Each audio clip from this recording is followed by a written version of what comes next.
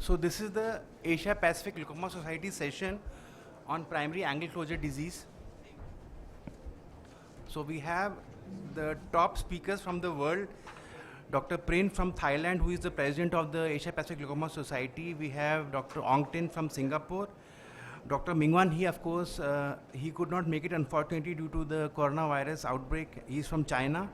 Then we have Dr. Shamira Pereira from Singapore. And he'll be also giving the talk of Dr. Rahat Hussain.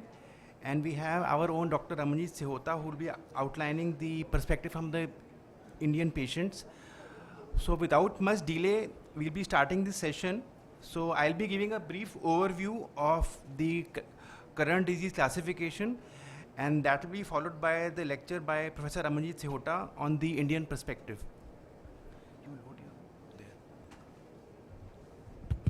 Can you give me my slides?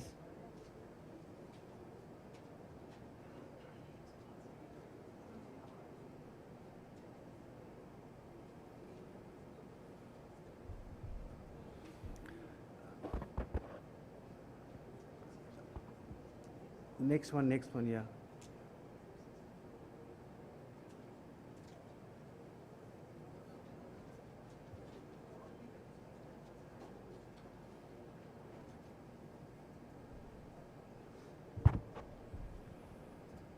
So I think it's very important for us to understand that we are dealing with a primary angle closure disease. This is the major cause of blindness in Asia.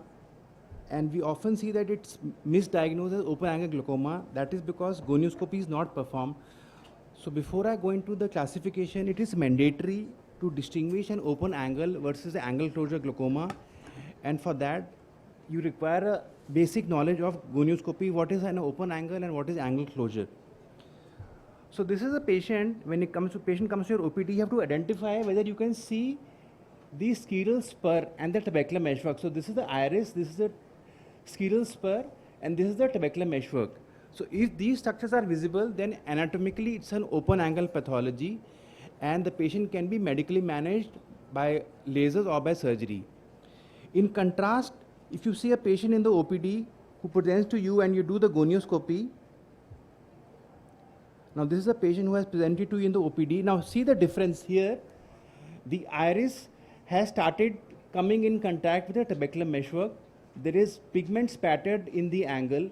So this is a sign of irido-trabecular contact. This is the most important distinguishing feature to distinguish angle closure from open angle. Whenever you have the iris coming in contact and touching the trabecular meshwork, that denotes that patient has an angle closure pathology, and the management is totally different. And this patient, you have to start with a primary laser iodotomy.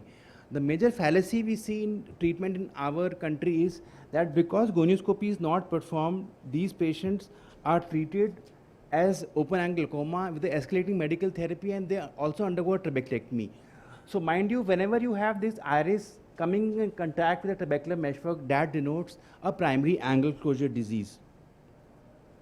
So the key feature is that you have an iris coming in contact with the trabecular meshwork that reduces the drainage of aqueous and causes a rise in intraocular pressure. If not treated in time, it's a blinding disorder. And the basic mechanism for why angle closure occurs, primary angle closure, is basically it's a pupillary block in majority of cases. Sometimes you might get a plateau iris, this sine wave configuration. And another portion of cases you get a thick anteriorly displaced lens. And many times it's a mixture of all three pathologies. So you have to be very good at gonioscopy and do the axial length biometry to identify whether the lens is causing an amount of angle closure. So the current disease classification classifies the primary angle closure disease into basically 4 categories. You have the primary angle closure suspect, you have primary angle closure, you have primary angle closure glaucoma, and then you have an acute attack of angle closure or acute primary angle closure disease. This is of course an ocular emergency which is easy to identify, and you have to manage immediately with systemic as well as topical medical therapy. Now what is a primary angle closure suspect? In these patients, there is a contact between the iris and the trabecular meshwork more than 180 degree, half of the angle. So this is we call as a occludable angle. However, there is no organic closure, so there is no peripheral anterior synechia, There is absence of increase in IOP, and there are no disc changes. So just an occludable angle where the trabecular meshwork is not visible in 180 degrees, that is a patient who has got a primary angle closure suspect. And in these patients, in the primary position, when you do the gonioscopy, the iris seems to be in contact with the trabecular meshwork. But when you manipulate or do indentation, you will see that the angle opens up.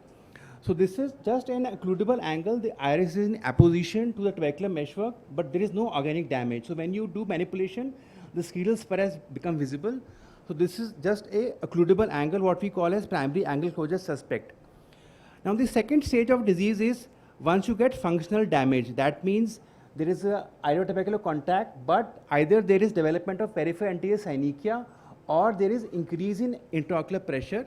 So there is functional damage to the trabecular meshwork causing increased intraocular pressure, but there are no disc changes. This we call as primary angle closure, and you can see in these patients, there is a synechia formation. So the iris is attached to the trabecular meshwork and with pigments spattered on the trabecular meshwork. So this is primary angle closure. And as the disease progresses, you have all these parameters, synechia formation, increase IOP, and then you get glaucomatous optic neuropathy. So here you have structural damage. So this is the third category. The angle is closed and you have the glaucomatous optic neuropathy. So that is how you classify these patients, and why it is important. These are 2010 estimates. We have nearly 27 to 30 million people with primary angle closure disease in India. And because it's a blinding disorder and 90% of people are not diagnosed, and nearly 250,000 are blind due to primary angle closure disease. So it's a major cause of a public health problem in India. You must learn how to diagnose primary angle closure and how to manage this condition. So I'll stop here, and I invite Professor Ramanjit Sehota to give the next talk on the long-term prognosis of primary angle closure disease. Ma'am, that is. Thank you.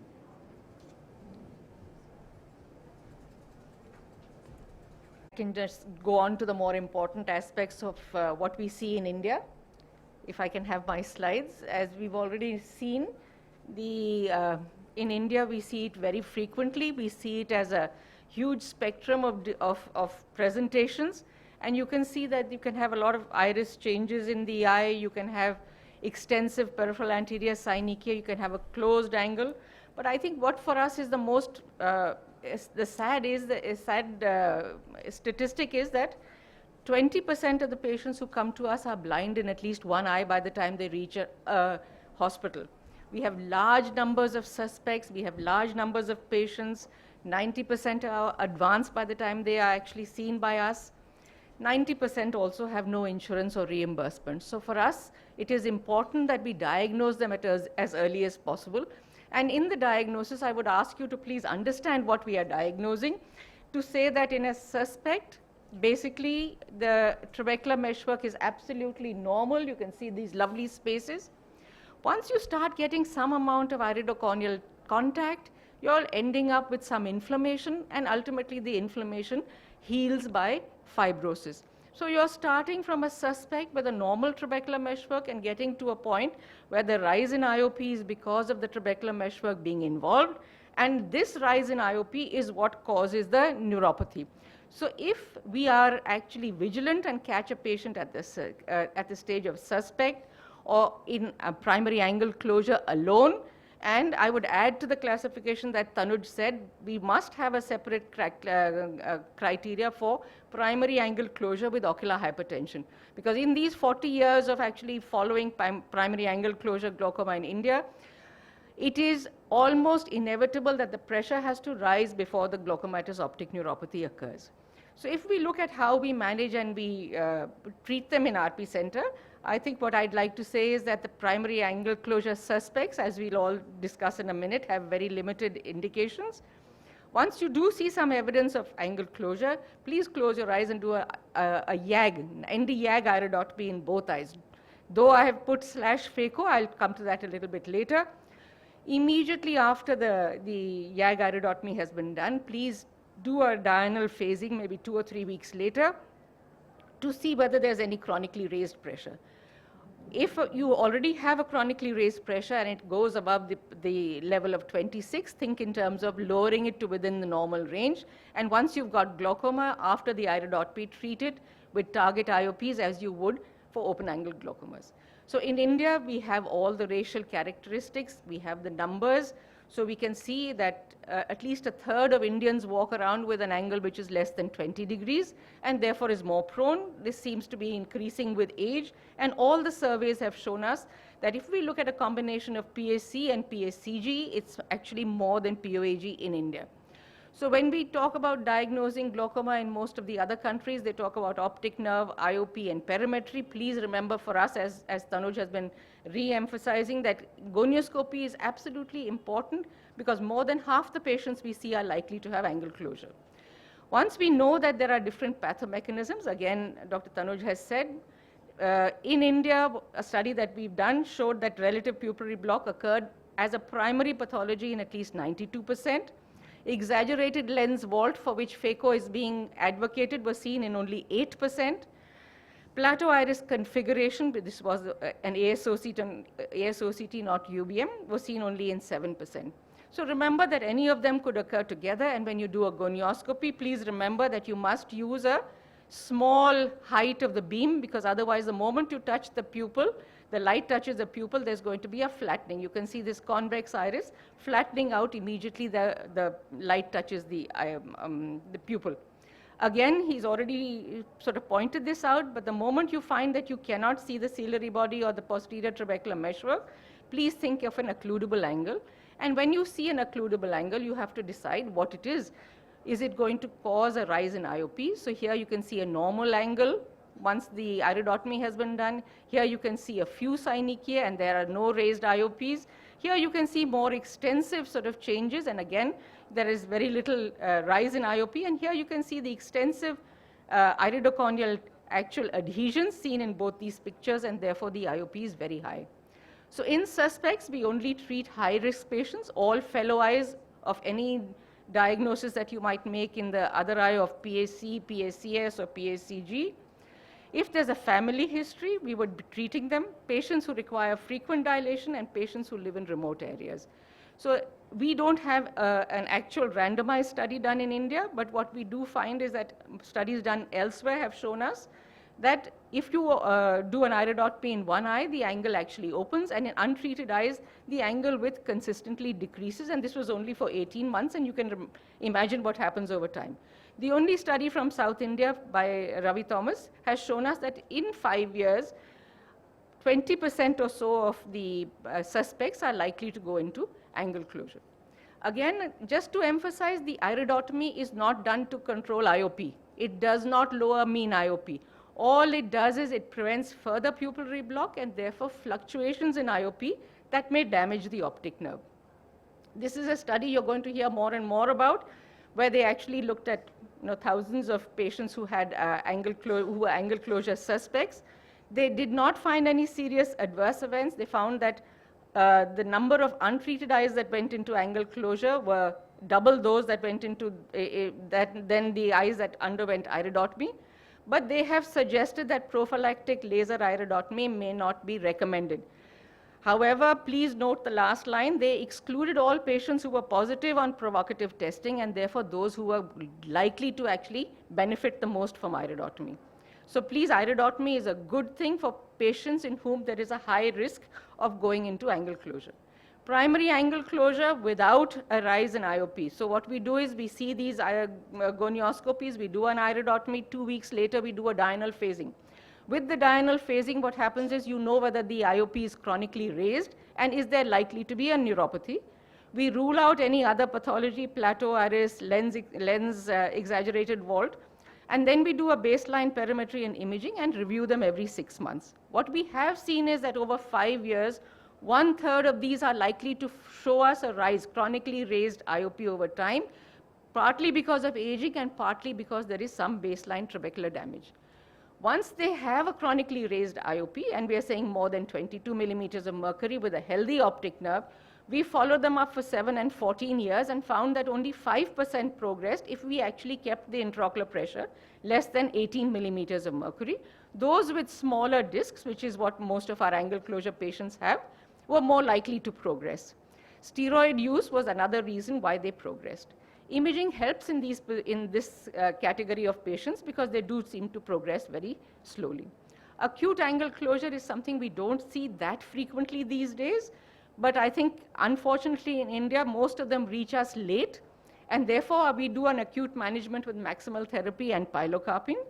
We wait and do an iridotomy when the eye is quiet, and if the IOP does not resolve, we've seen that about a quarter of eyes do require a trabeculectomy. Phacoemulsification as a treatment of angle closure, we do not do. In chronic angle closure, where there is pass for more than 180 degrees, where there's a chronically raised IOP and field loss, please remember progression occurs earlier, worsens faster than in POAG. However, if you do what we have suggested, you do an iridotomy, do a diurnal phasing, keep the IOP down to a target IOP, only about 11% of them showed any progression, and most of them that progressed were actually patients who were concomitantly using steroids for dermatological problems and pulmonary problems. This is the suggested IOP that, if you have a very early defect, keep the IOP to within normal limits, 15 to 17. If it's moderate, 12 to 15, and severe, 10 to 12. And what we have seen, as I've showed you over 10 years, there's very little progression. Filtering surgery, I think, has got a bad name because people would prefer to do a phaco rather than do a good trab. This is our study's results over 10 years. We were able to reach target IOP in almost all mild to moderate optic neuropathy. We found that with severe severe glaucomatous neuropathy, we had a problem that some of them still required medication. Only 4 or 5% required AC deformation or required a cataract surgery over 10 years, please. 98% of them were absolutely parametrically stable. Other studies have actually shown us exactly the same thing, that trabeculectomy is actually a very useful technique in angle closure. Cataract surgery alone, I think, again, the study from here I will quote in a minute, but the EAGLE study showed a drop in intraocular pressure of 1 millimeter more than an iridotomy. And if you understand what's happening in the trabecular meshwork, that this is what there is in a primary angle closure, this is what there is in angle closure glaucoma. If you do a cataract surgery, you get this wonderful iris falling back, but it doesn't help as far as IOP control is considered. The cataract surgery outcomes in normal eyes, as you can see, have huge problems. So I would again suggest to you that keep in mind that PAC with ocular hypertension is the point at which we should be treating all our patients so that we can actually prevent any glaucomatous neuropathy. And if you look at 100 patients over 20 years, less than one of them should actually even develop glaucomatous neuropathy. Thank you very much. Thank you, madam. Any questions from the audience? Madam has to leave a bit early. Madam, just one point. If patients are not controlled after laser iridotomy, then what is the role of pilocarpine? The role of pilocarpine is actually very good. I think we have, again, given pilocarpine such a bad name because the Caucasians don't like pilocarpine. In white patients, the irises respond to even 1% pilocarpine, causing a lot of meiosis and brow ache and things. Our patients actually don't show us that much. We have also seen that, we do use prostaglandins, we do use beta blockers, but when we get a primary angle closure glaucoma patient who doesn't reach target IOP, you add pilocarpine and you'll suddenly see the drop, and the additional drop is at least 15 to 20% over and above whatever other treatment we're using. So primary angle closure glaucoma, pilocarpine is still extremely useful, and I think should be used wherever possible. There are patients who may not tolerate it, but I can tell you 99% of our patients are on pilocarpine when required, and they are quite happy with pilocarpine. Thank you, ma'am. Any other questions from the audience? Thank you. Our next speaker is Professor Tin Ong. He is the director of the Singapore Eye Research Institute and the deputy director of the Singapore National Eye Center, a world-renowned figure researcher in the field of primary angle closure disease. And he'll be giving his first lecture on anterior segment imaging in angle closure. Thank you very much, Tanuj. I'd like to thank Tanuj for the invitation. And I'm giving 2 talks actually. The first one on imaging, and the second one is on Mingguang He's talk on how do we manage primary angle closure suspects.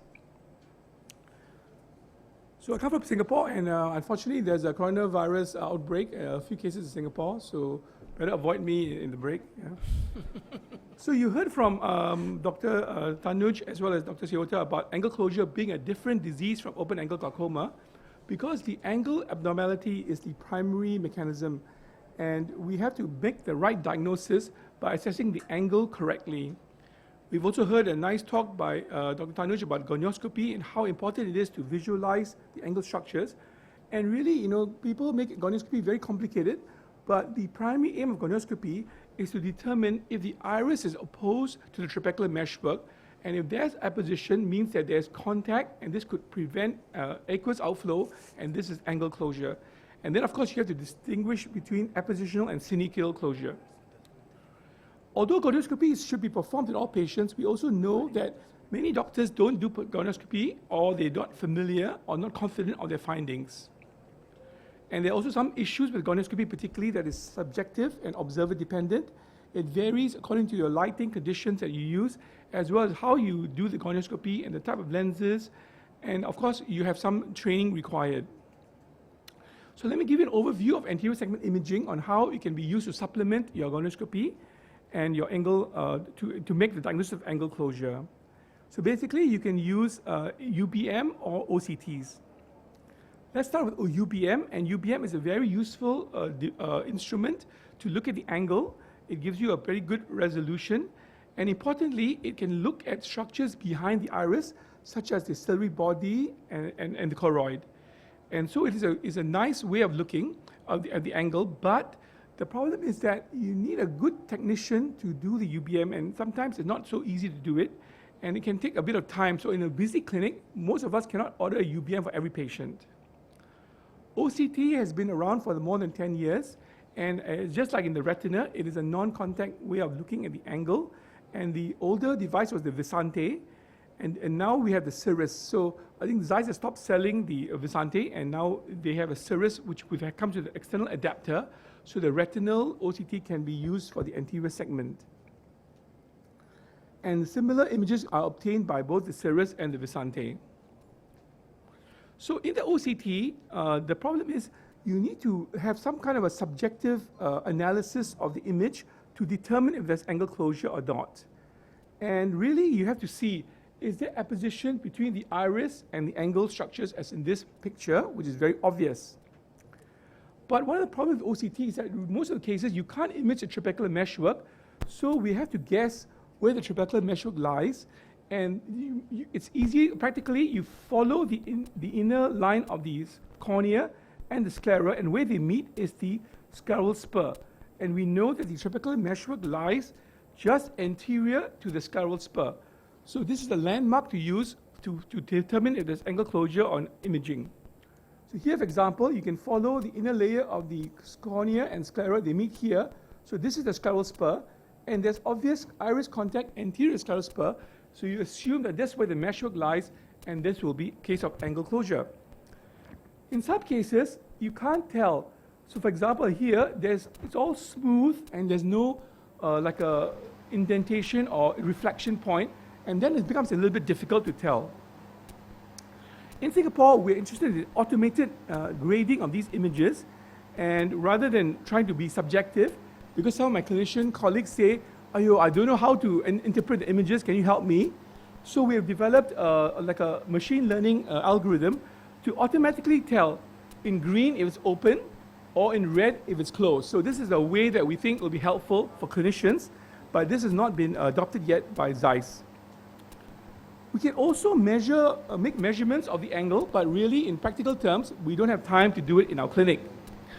And anterior segment OCT is also useful because we can able to look at structures and make measurements of anterior segment structures. For example, the iris, and we found that this is an independent risk factor for angle closure, the iris thickness and area, the anterior chamber area, anterior chamber width, and as Dr. Seota mentioned, lens vault. So lens vault is, in some cases of angle closure, the lens is very big, especially the anteriorly jutting into the AC. And these cases will need a lens extraction. So this literature shows that angle closure is not a homogeneous disease. There could be some different mechanisms in different patients. And as Dr. Seoto mentioned, we've looked at whether there are subgroups of angle closure patients based on anterior segment imaging. And in Singapore, we found that there's one group with a thick iris and one group with a large lens vault and a small anterior chamber. But most people have mixed mechanisms in which it's difficult to tell exactly what is the main mechanism. It's probably a mixture of anterior segment as well as lens and involved.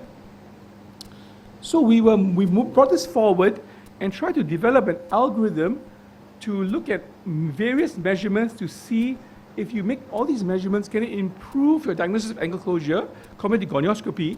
And we found that you can do it with an AUC of 0.95. So this could be potentially useful as well from 6 anterior segment OCT parameters.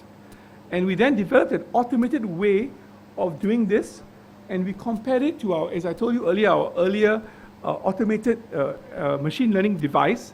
And we just published this paper last year where we compared these two deep learning systems to look at angle closure detection, the single scan or compared to the multiple measurements.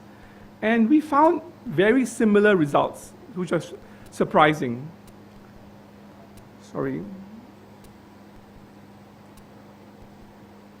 So in the two studies were very similar. And in fact, the single scan was good enough to help us in making the diagnosis. Let's move on to the swept source OCT, and this is a newer OCT device, and this is made by Tomei by Cassia. And this also can obtain high resolution images of the angle, as you can see here. But what is useful about the swept source is they can do a 360-degree view of the angle, and this looks very nice, but this scan is not that useful clinically. But the scan that I like to use is this one, where you can see here in this arrow going around, the Cassia takes 128 cuts of the angle and then reconstitutes this in a video. So what it does here is that it takes in 1 second multiple cuts. You can see the yellow arrow going around of the angle in 360 degrees. And then it then comes out with the output like this. So basically this is what it does. It takes 128 cuts, and so you can see 256 angle images. Now, the Cassia has an inbuilt system of measuring angle closure called the ITC index, but this is very complicated, and it needs you to mark out the scleral spur, so we don't use it normally in clinical. And what we're trying to do is we've developed a software to look at all 128 scans in parallel. So what it means is that our software will measure open, close, in all 128 scans, and then gets a composite of the 256 angles. So here's the software in action. And so basically what we do is that you will open up a patient, and here's a patient being selected. And then you run the scan here, process, and here as it's going in the percentage, it's going around and measuring each angle at a time to assess open, close, 128 times. And then it will then come up with the output within about a couple of seconds to tell you how much of the angle overall is open and closed and where are the areas of closure. So here's the output here. So here it'll tell you overall about 37% is closed and 63% open, and where are the areas which are closed. So I think this is something quite more useful for the clinician in practice with the Cassia. The Cassia can also be used to look at PAS imaging, as in this very extreme case. And again, Pris Leung from Hong Kong has published on how you can use the Cassia to do PAS assessment. But I think in most cases in our practice, we don't need to use Cassia, you can just do it clinically. And here's a patient with a pre-op angle closure with lots of PAS and after phaco goniosyncytialysis. And of course, as in any other technology, there's now a hyperparallel OCT that's being developed, and this is by Sci-Light. And we're right now we're working with it, but I don't really see many advantages of this device compared to what we have at the moment.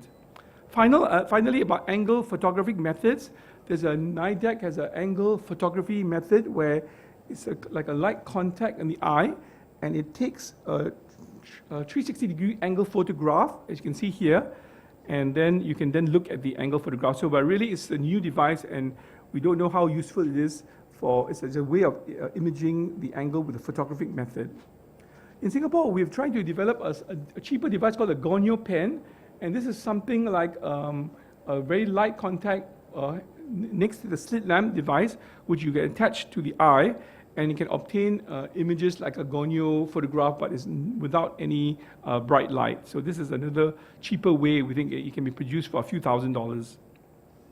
So I think in summary, there are different methods to image the angle, and as I said earlier, each method has got advantages and disadvantages, and there are ways of looking at it to help you to image angle closure. Probably is useful in patients to document the angle closure.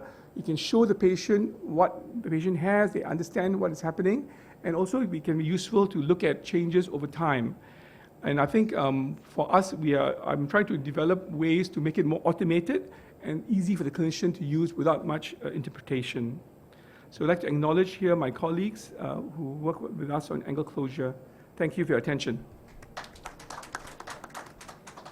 So let me move on to the second talk, which is on Ming Guangxi's talk, but it's actually, it's fine. So the title of my second talk is What to Do with Primary Angle Closure Suspects and Lessons from Recent Trials. So I'll be talking about the ZAP trial and others. So we heard about angle closure being an important form of glaucoma, and as Dr. Tanuj was mentioning, there are different stages of angle closure, but the prevalence of angle closure glaucoma is about 1 to 2% in many Asian populations, but a lot of people, about 5 to 10%, at least in Chinese people, have suspects or narrow angles. So this shows you that majority of people will not develop angle closure glaucoma, but some of them will develop angle closure glaucoma, but most of PSCS will not progress to angle closure glaucoma. The question is whether we should do an iridotomy, because this could prevent the progression to angle closure glaucoma.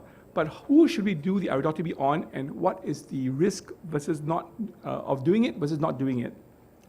Here's an example of a patient, 59-year-old lady with hyperopia of +2, 6/6 vision, shallow anterior chamber with a very mild cataract. Her pressures are normal, her disc and fields are normal. She has no syndicate closure, but almost 360 degrees of apposition. This is the Visante image showing you obvious iridotrabecular or irido-angle contact. So in this patient, this is our PACS patient. How will you manage this patient? So this is a very common case that we get in Singapore. A 60-year-old lady with mild, almost minimal cataract, 6/6 vision, appositional closure with angle with no normal field, normal pressures, no PAS. How many of you will laser PI in both eyes? How many of you use pilocarpine in both eyes? Bilateral phacoemulsification or observation? Okay, so as Dr. Ramanji was mentioning, should you observe this patient? And she mentioned that maybe you should do it if there's a family history or people who don't come for follow-up. Now, as a clinician, in this patient sitting with us in our clinic, we worry, if we don't do anything, what if the patient develops acute angle closure tomorrow or next week or a month later, or maybe they come back a year later with very bad chronic angle closure glaucoma. So this is our worry, right? The patient is sitting in front of us, and we tell the patient, don't do anything, come back. And 1 year later comes back with chronic angle closure glaucoma, or 1 week later comes back with acute angle closure. This is our typical worry of this patient. Because should we do the prophylactic PI or not? We know that prophylactic PI may prevent progression and may prevent acute attack, but we also know that prophylactic PI may have issues. Some patients have visual symptoms, some get corneal endothelial damage, some get cataract. And so that's why there was a study recently done called the ZAP trial. And the ZAP trial stands for Zhongshan Angle Closure Prevention Trial, because the study was done in Zhongshan Center in China, in Guangzhou, and it's a very catchy name, of course. So the trial was to look at what is the role of iridotomy in primary angle closure suspects. how should we manage them, who should we PI, and what happens if we don't do it, or what happens when we do the PI. So it's a randomized controlled trial, and one eye was randomized to PI, and the other eye was no treatment. So people with bilateral PACS were randomized and followed up for 6 years. About 900 patients were enrolled, and there were about a parallel trial in Singapore, which I'll talk about, called the Analyst trial. Now, the Singapore trial started before the China trial, but China is so fast, they can build a hospital in 14 days. They can recruit 900 patients in a year. We took 3 years to recruit 500 patients. So imagine how fast China can go. And the primary outcome measure was the incidence of primary angle closure, not PACG, but primary angle closure, which was defined as pressures above 24 on 2 occasions, development of synechial closure by 1 clock hour, or an acute episode. So this is the primary outcome measure.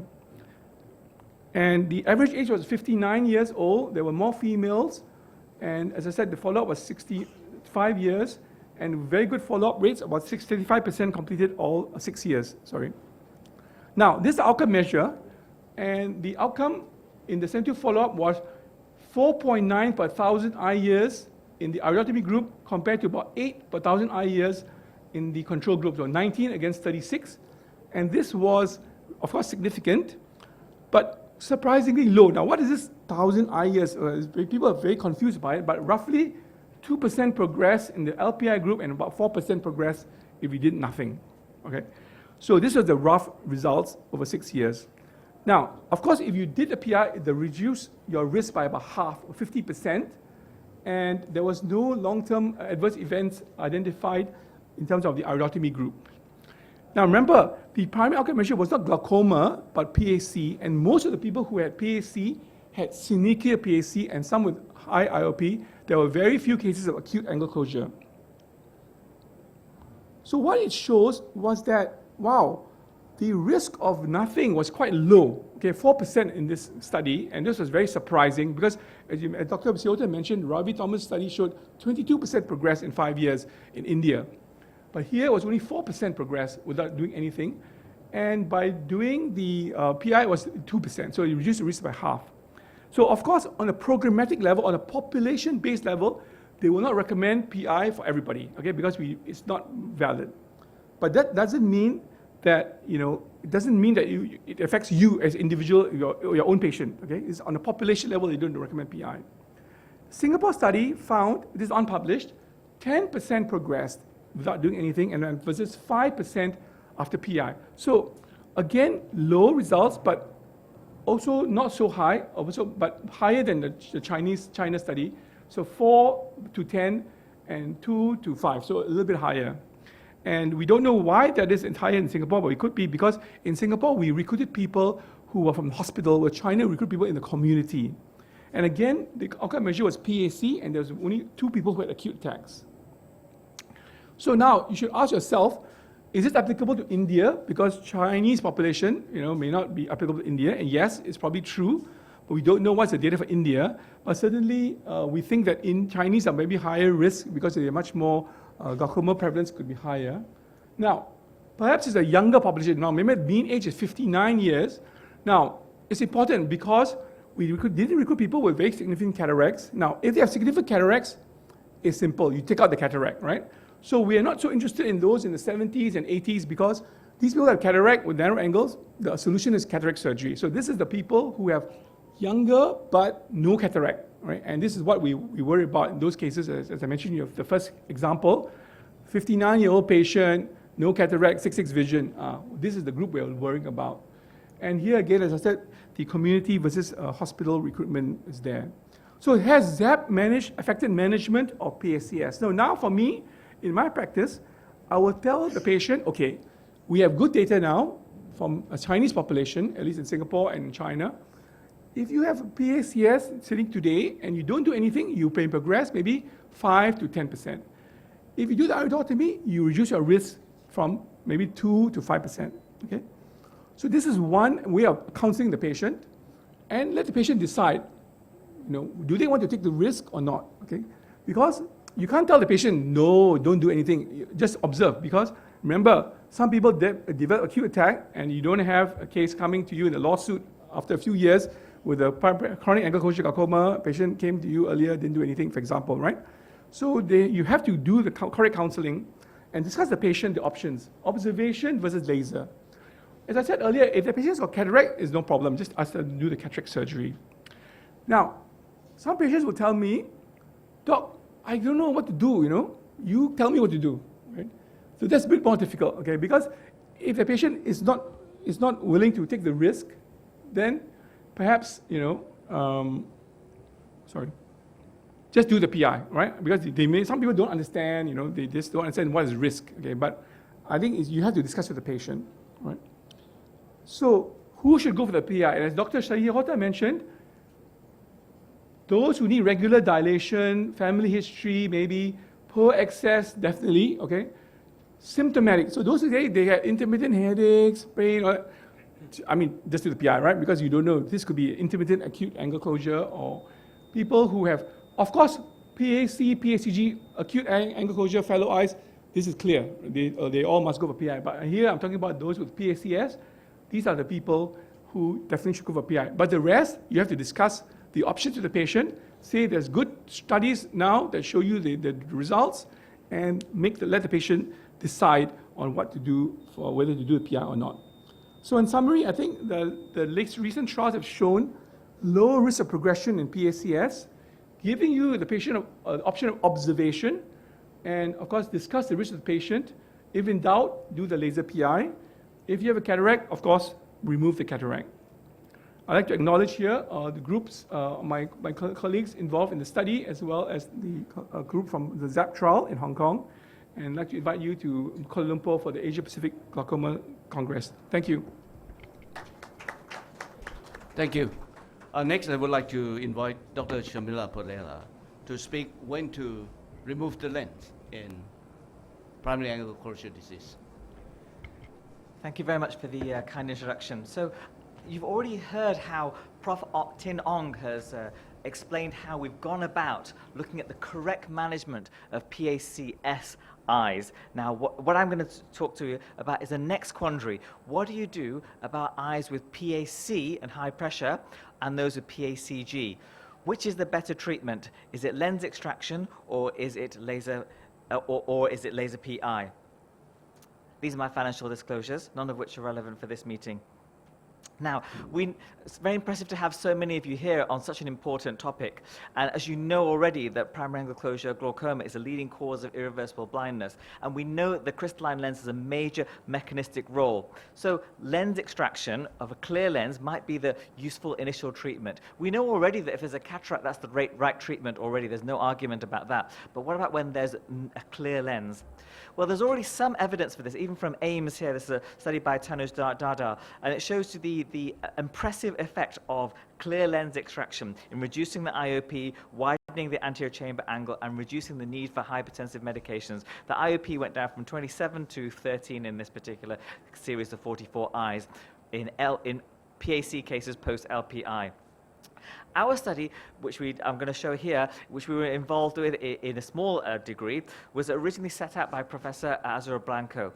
And the purpose was to assess the efficacy, safety, and cost-effectiveness of clear lens extraction compared with laser peripheral iridotomy. This is an impressive study, mainly because it was looking at things like cost-effectiveness and quality of life over things like the usual safety and efficacy parameters. It was a multi-center RCT done in 30 eye hospitals across 6 countries. The main endpoints, as we explained earlier on, was the patient-reported health status, the intraocular pressure, and the incremental cost-effectiveness ratio per quality-adjusted life years gained at 36 months after treatment. And the analysis was done on an intention-to-treat basis. Importantly, the inclusion criteria were a diagnosis of PACG, or PAC with an IOP, high IOP of over 30 millimeters of mercury. These patients, by definition, had angle closure, so they had to have angle closure of 180 degrees or more. They were either untreated or newly treated under medical treatment with drops. And they must have been phakic in the affected eye. They also must have been over 50 years old. The outcome measures were primarily patient-centered, from a questionnaire, the EQ5D, which looked at mobility, self-care, usual activity, pain and anxiety. Clinical, they looked at the IOP at the end of 3 years and the economic benefits of the incremental cost per QALY gained on response to EQ5D. So just in summary, it's a multi-center comparative effectiveness randomized control study. And it was looking at whether lens extraction or LPI was the better treatment for PAC with high pressure or PACG. Now, these patients had to have pressures of over 30 in this particular group and had no visual complaint from cataract. And they were randomized on a one-to-one basis for clear lens extraction or iridotomy, and they arranged about 200 eyes in each group. As the randomization was done, which by computer, you could see the two groups that were diverging. And one received the lens extraction, and the other received the LPI. Then medications were increased until there was a maximum tolerated medical therapy, and then there was a failed lens extraction on one side or failed standard of care, the LPI on the other side. And then the patients would proceed to glaucoma surgery.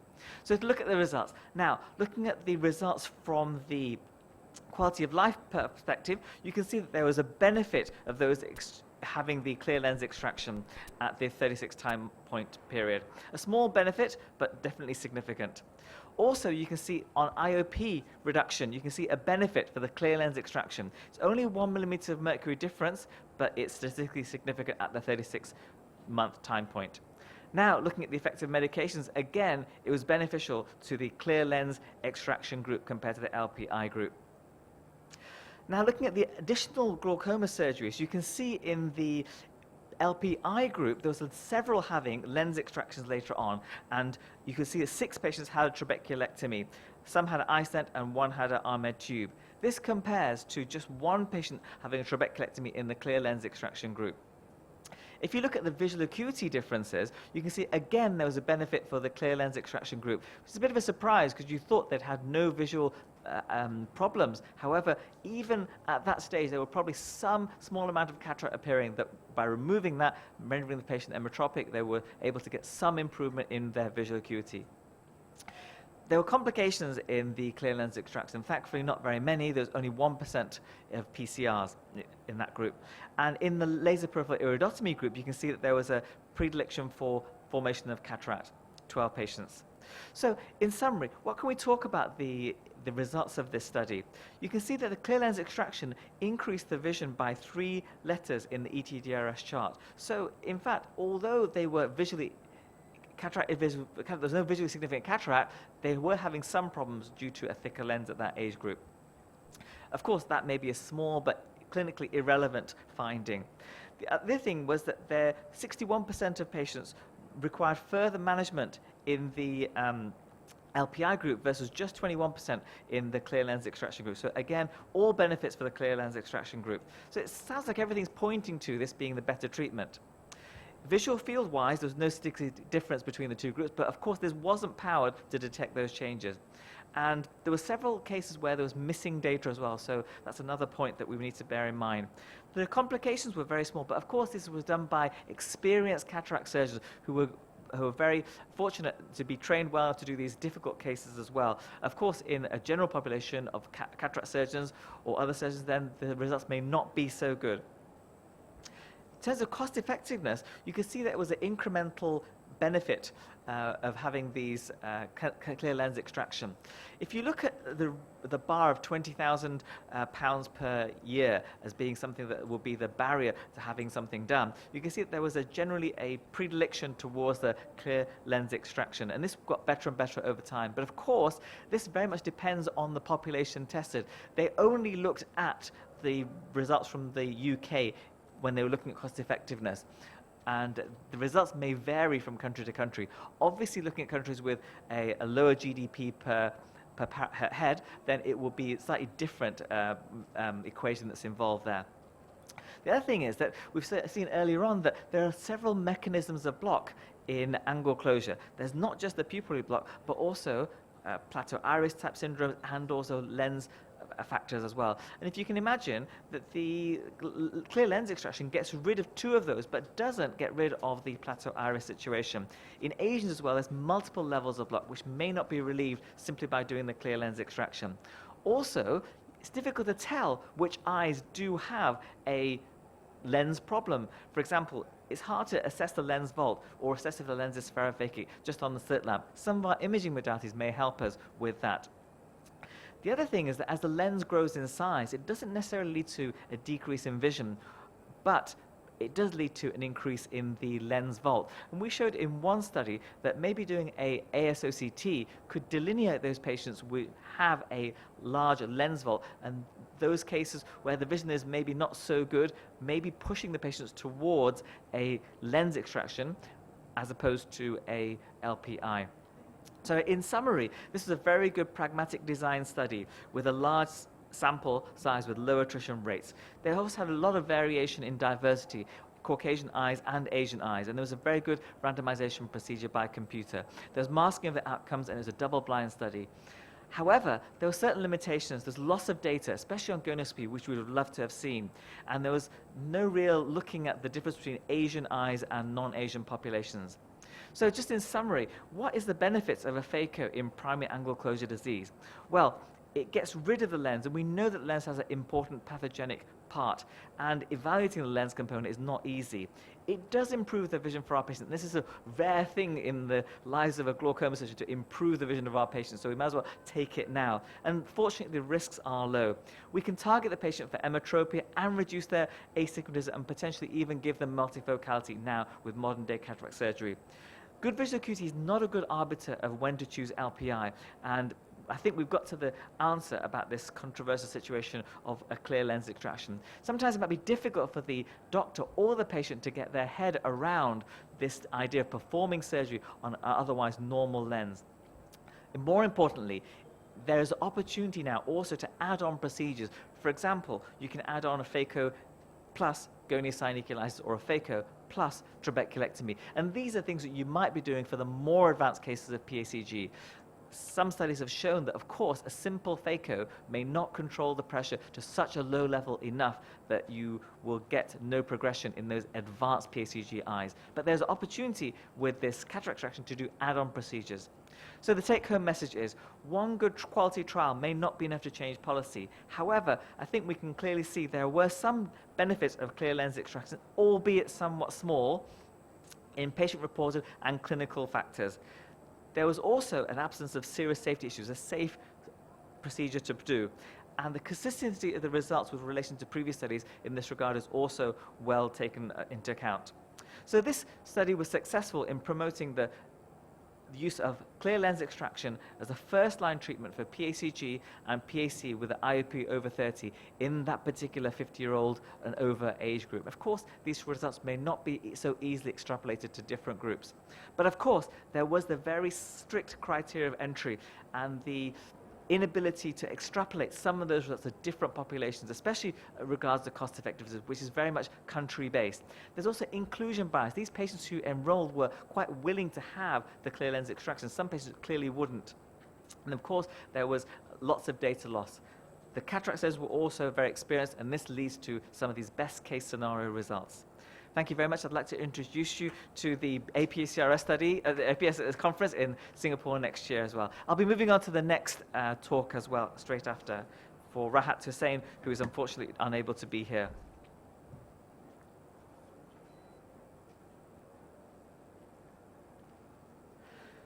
So, just moving on to the randomized control trial of phaco GSL versus phaco alone in patients with primary angle closure disease. Now, these are our final disclosures. Importantly, this was made possible by a grant from the NMRC.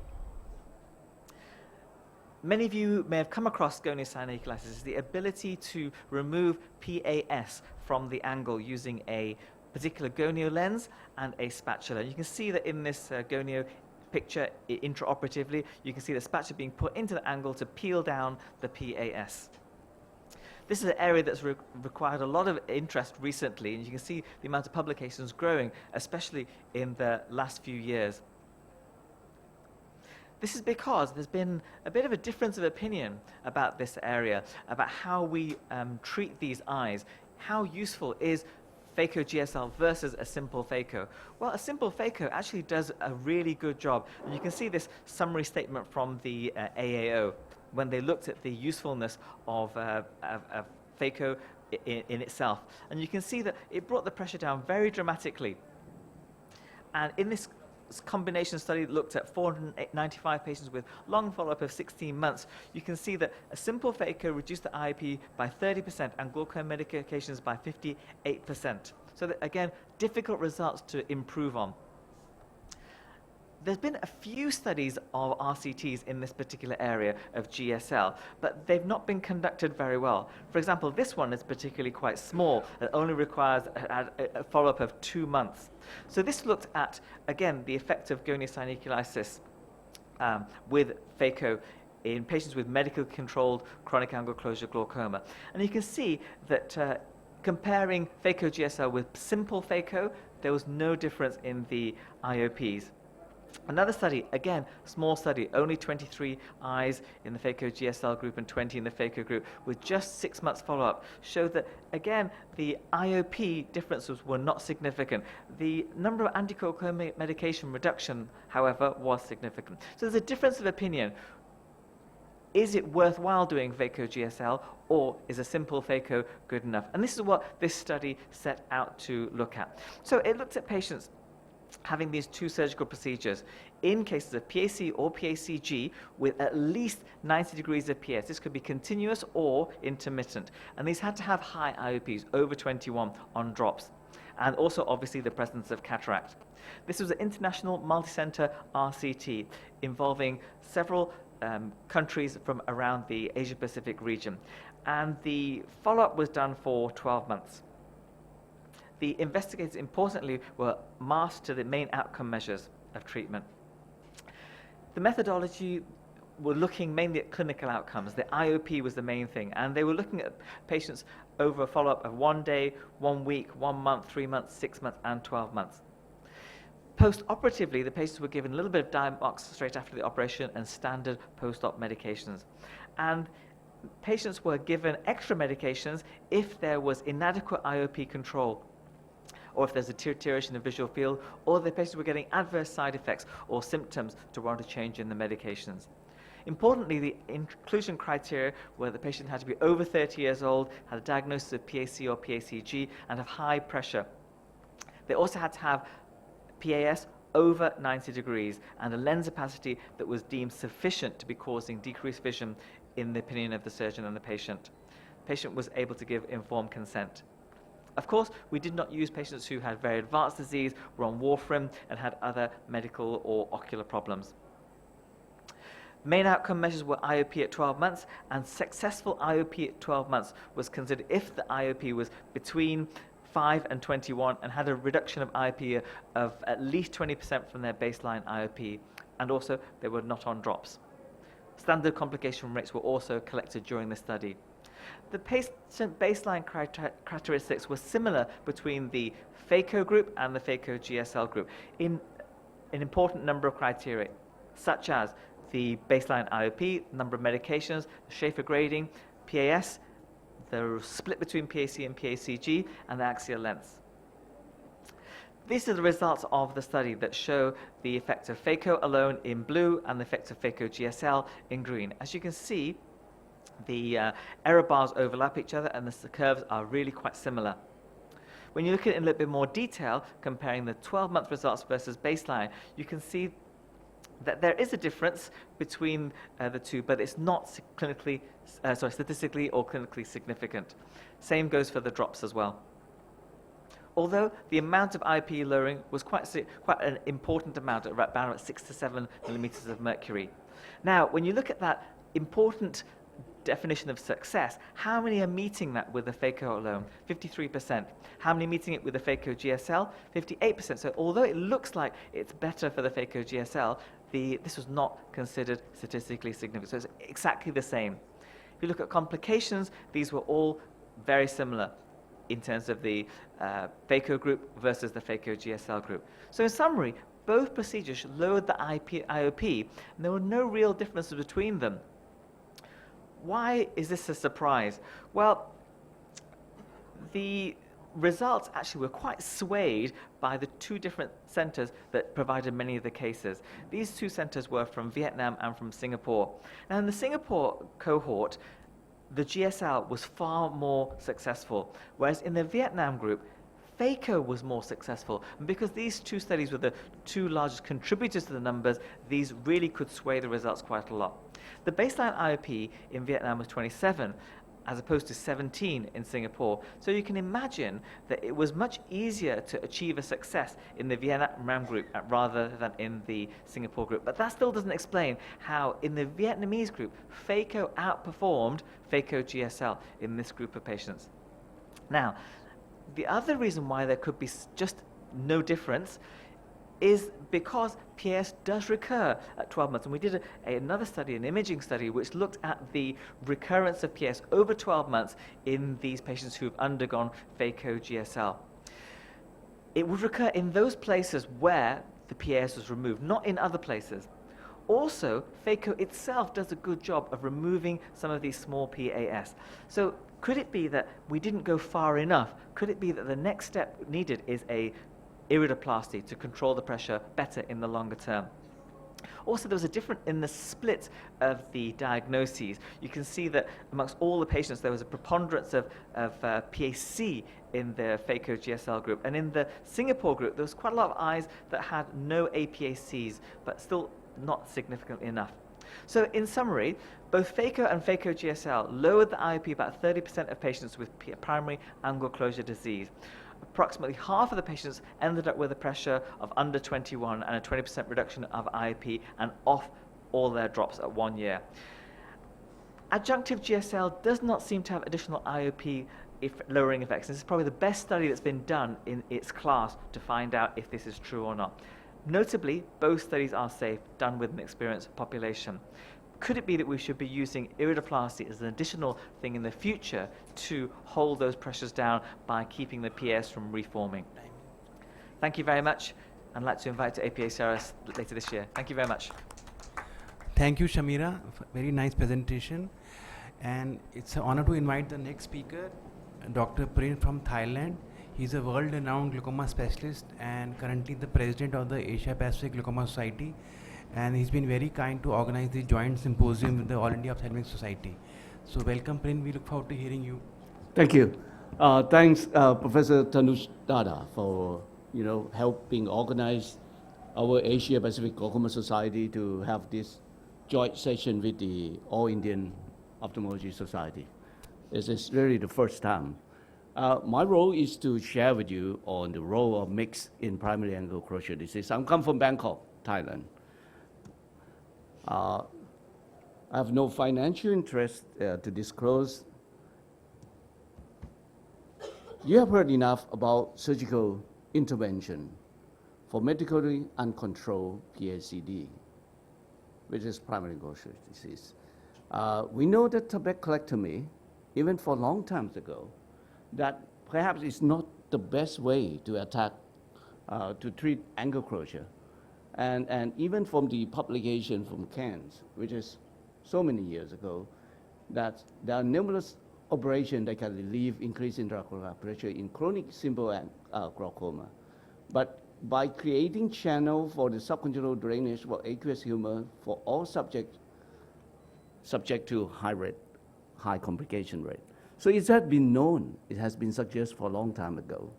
So no surprise when we look at tabeculectomy or filtering surgery that we often offer in the past is not giving us a very good success in terms of efficacy and safety.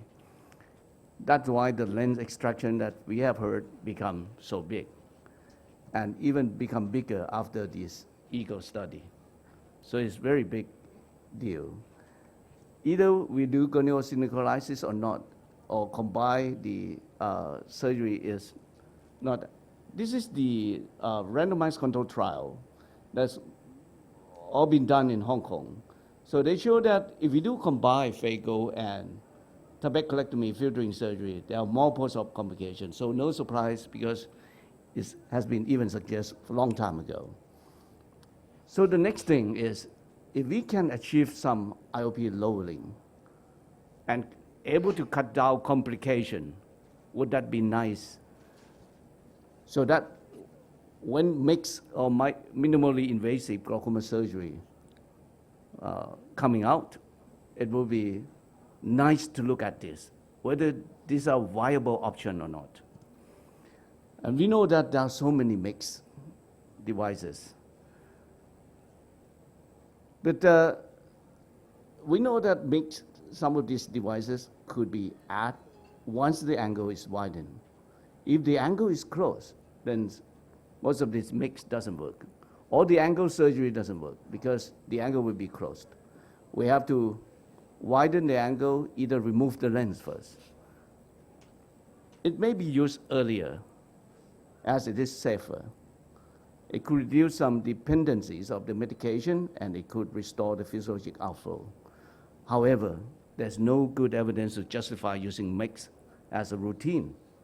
So we need randomized control trial. We need RCT for mix to see at what stage and what mechanism of PSEG that it works. But there's no limitation.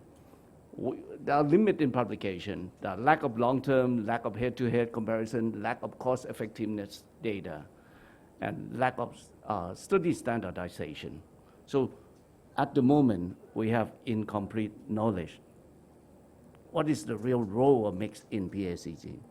But you know, when we look at mix, there are ab-internal, there are suprachoroidal, there are subconjunctival mix that we can create mimic the filtering surgery, something like SEN, in focus, they're coming out, not really a mix, but a device that can enhance that. For the angle surgery, once the angle is opened up, either by phaco or lens removal, then perhaps we can add something. And I think we're still waiting for good evidence to show that which case does work, at what stage of angle closure does work, and which type of angle closure does work. But there are fundamental knowledge that this is a work done by Professor Sihota. They've been shown so many years ago that if you look at histology of the tubercular drainage, even if we able to do goniosynolysis to open up the angle, those tubercular cells maybe not function properly. And also another new knowledge by Murray Johnston about the pulsatile fold. If we able to open up that angle, can we restore the pulsatile fold of the drainage angle to make it work again? So these are challenges. If we able to open up the angle by goniosynolysis, does the angle mix work? Simply enough, the subconjunctival drainage is like something like SEN. It's cut down some of the complication by introducing micro stent to drain the aqueous out to the subconjunctival space. Intuitively, this is going to work. I think the question is, how long does it work? Because we connect the anterior chamber to subconjunctival space. And so the aqueous will drain out if you have enough pressure gradient to drive the aqueous from AC to the subconjunctival space. And it can be done in a less invasive way. I normally add the subconjunctival mitomycin C. I also add the triamcinolone at 10 mg per ml to try to combat and keep the drain work. So it could be simple, but there are patient factor, there are surgeon factor. I think surgeon can be trained, but patient factor is scar formation. If you don't have good conjunctiva to begin with, then it will all fail like filtering surgery. So we need to take care of the conjunctiva to make the conjunctiva good enough. But if we have a good case, then we can form a bleb like that could drain the aqueous, and it could work once we open up the angle and it stay working for long. But if we have an inflammatory conjunctiva, it will definitely fail, because it's used the same principle as the filtering surgery, as tuberculectomy. just make it safer. And perhaps in some of the angle closure, that we just need a nominal reduction of IOP, it could be, offer a leeway for the patient to get away from medication or cut down the number of medication. This is a sample case, a woman 74 years old, who's been diagnosed as chronic angle closure glaucoma. And then I did the LPI in 2013, and then once the angle opened up, I did the SLT. We have publication that show SLT can work in selected case. And then because OCT show progression, this is her OCT, and after following, you can see there are some losses for the loss of INFL in this inferior location. So we discussed that her pre-op IOP was 18, and she was on preservative-free fixed combination tumoral PG. And the reason to put her on preservative-free is try to cut down the preservative-induced congenital inflammation. So I did offer, even at 74 years old, to prove the concept, offer the SEN gels. I have no financial interest, again, just to mention that. It was quite early case, so we put in 2 SEN. The first SEN, it was surgeon incapability of implanting the SEN, but this is the same. This is implanted SEN, just go quickly. So this is a day 2 post-op. If you look at the conch, it's not too bad. We got some ballooning and aqueous coming out, and her pressure is quite nice. So we dropped 18 to 4, to 4, but without loss of anterior chamber, because the 42 micron lumen limit that. Again, all the mix, the biggest part of mix is safety. How we can enhance safety while maintain some efficacy. And it's like investment. If you invest in a bond or any investment that gives you low yield, it's safe. Anything that gives you high yield, it's not so safe. So mix is like that. It's how can we balance the safety and efficacy in patient. So this is her day 6 after surgery, and the pressure still 6.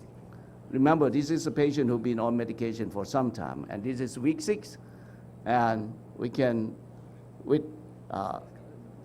for somehow, after cut down the medication, her cornea become better, even the visual field become better. And in this case, even after 1 year, we can have successful control of IOP in a single digit.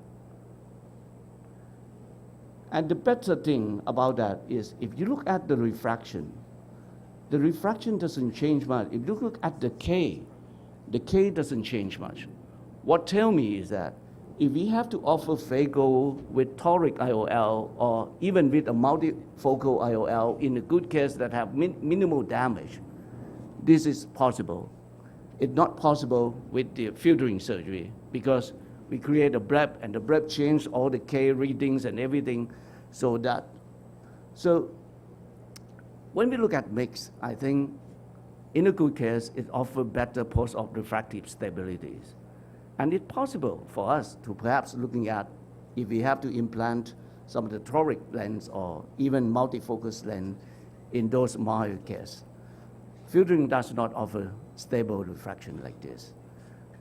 For example, if I show you the case that I did filtering surgery, this is a case that, the bleb look nice. We create a very big bleb. The pressure is go low. And even after 18 months, the bleb is still look very nice. But if you look at the refractive status, if you look at the IOP is good.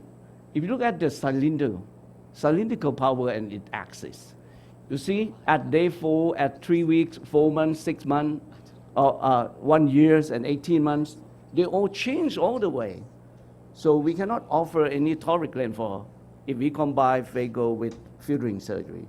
So what I'm telling and sharing is there are potentials of mix. And if we look at the safety, efficacy, and we select the good case, then perhaps many of these patients, not all of this primary angle closure disease will benefit from this. It's just like we are entering the era of not Instagram, but interventional glaucoma. our retinal colleagues inject Avastin, Eylea, and Lucentis, and after 4 to 6 weeks, they say it has to be a repeat treatment. We as a glaucoma person, we say after the surgery failed, we say it's failure. Actually, some of this surgery need to be repeat, and we have to have a step treatment, like you start with Avastin, it doesn't work, you go with Eylea, something like that. So when we place so much on safety, maybe some of this has to be repeat. Our job is to develop a low-cost mix that allow us to have more access. So at the moment, there are several mixes that are coming out. Some drain to the trabecular meshwork, some to the suprachoroidal space, and some to the subconjunctival space. And when we look at the scenario like this, suggests a surgical approach for people with coexisting cataract and no cataract. It used to be like we have to put patient on phago and medication, or just medication, or trabeculectomy. I think with the addition in our treatment armamentarium of mix, maybe we are changing your face that some of this, maybe all of this scenario, we can add mix in.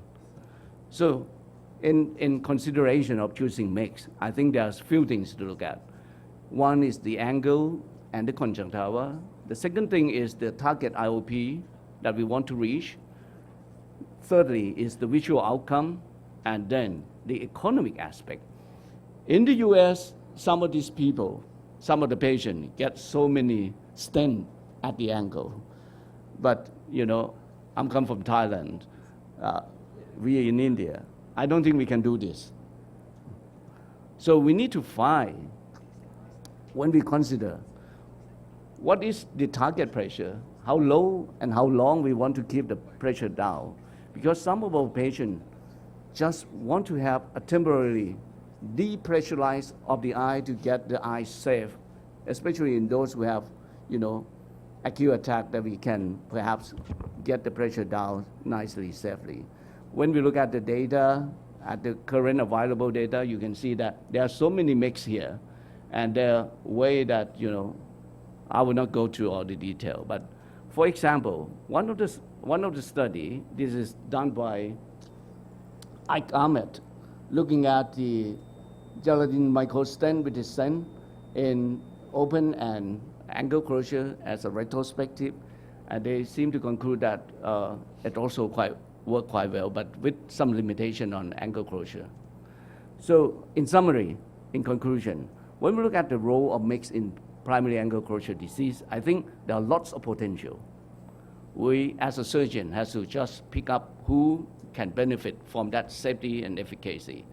And the ab internal trabecular surgery only if the angle can be widely open. We have to open the angle first, usually with phago. And then ab internal subconjunctival surgery is easier to perform than trap, no questions. With some kind of training, we all can do. I think the challenge is to develop a cheaper one. Less effective in IOP lowering than trap if we compare in terms of efficacy. Long-term IOP control is not guaranteed. We have to treat the conch and prepare the conch first, and then, but it offers fewer complications. And it could be best option when the medication is a problem for patient.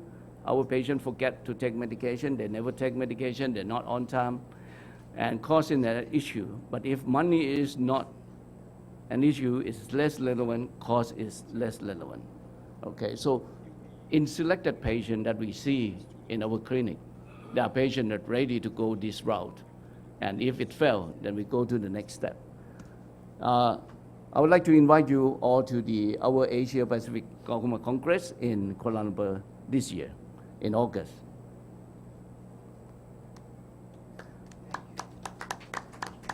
You want to introduce the society? You have Okay. 4 minutes left. Sorry, I supposed to be here on time, but I was so naive with the traffic.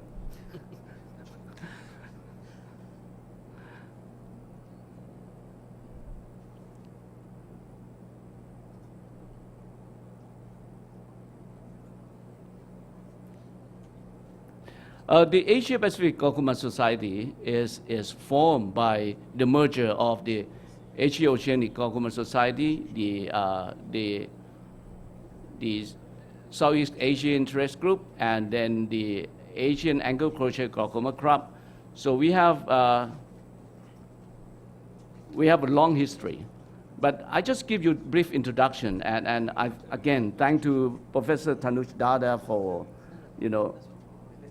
help us to connect with the all Indian ophthalmologists, so we can have this joint symposium on angle closure. This is a brief telling you about the Asia Pacific Glaucoma Society.